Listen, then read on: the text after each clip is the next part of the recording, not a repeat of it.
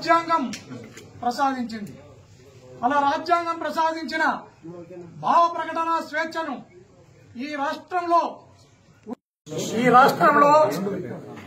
ఏం జరుగుతుంది అనేది మనం బాగా అర్థం చేసుకుంటే, రాజ్యాంగం ఇచ్చిన భావ ప్రకటన స్వేచ్ఛను, మాట్లాడే హక్కును, ప్రతిపక్షం అనేది ప్రజాస్వామ్యంలో సోషల్ మీడియా ద్వారానో, ప్రింట్ మీడియా ద్వారానో, ఎలక్ట్రానిక్ మీడియా ద్వారానో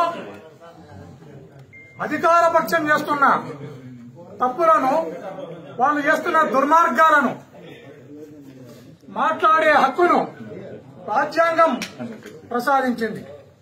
అలా రాజ్యాంగం ప్రసాదించిన భావ ప్రకటన స్వేచ్ఛను ఈ రాష్ట్రంలో ఉక్కుపాదంతో ఈ కూటమి ప్రభుత్వం అణచివేస్తుంది అన్నదానికి ఈ కేసులే ప్రత్యక్ష ఉదాహరణగా మనం చెప్పుకోవచ్చు.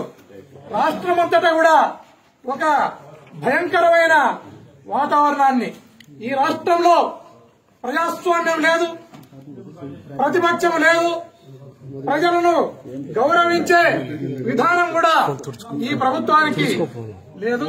ఖచ్చితంగా ఇలా రాష్ట్రంలో ఇలాంటి తప్పుడు కేసులు, అక్రమ అరెస్టులు చేసుకుంటూ పోతే ఈ రాష్ట్రంలో ఖచ్చితంగా నేను ఈ రోజు జోస్యం చెప్తున్నాను, ఈ రాష్ట్రంలో అక్కడ హాజరమ్మని చెప్పడం జరిగింది. నేను కూడా నా లీగల్ అడ్వైజర్లతో, నా అడ్వకేట్లతో మాట్లాడడం జరుగుతుంది.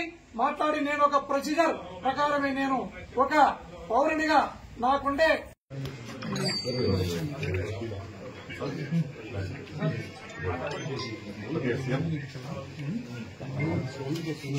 పట్టుకోండి సార్, పట్టుకోండి.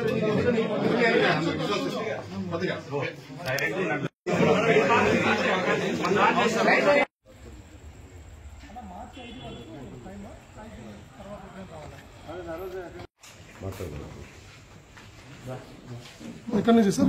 విజయవాడ సైబర్ క్రైమ్ వచ్చామండి. అందరూ చెప్పగలం.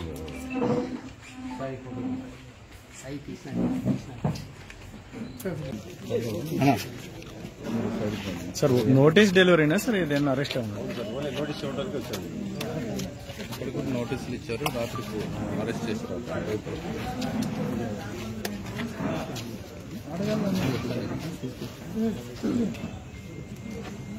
నోటీస్ చూపించారు.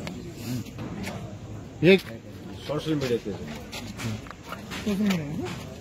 కంప్లైంట్ ఇంకా ఎన్ని వివరాలు చెప్పకూడదు సార్, దయచేసి అడగద్దు. మీరు ఫోటోలు తీసుకోండి కావాలంతవరకు మా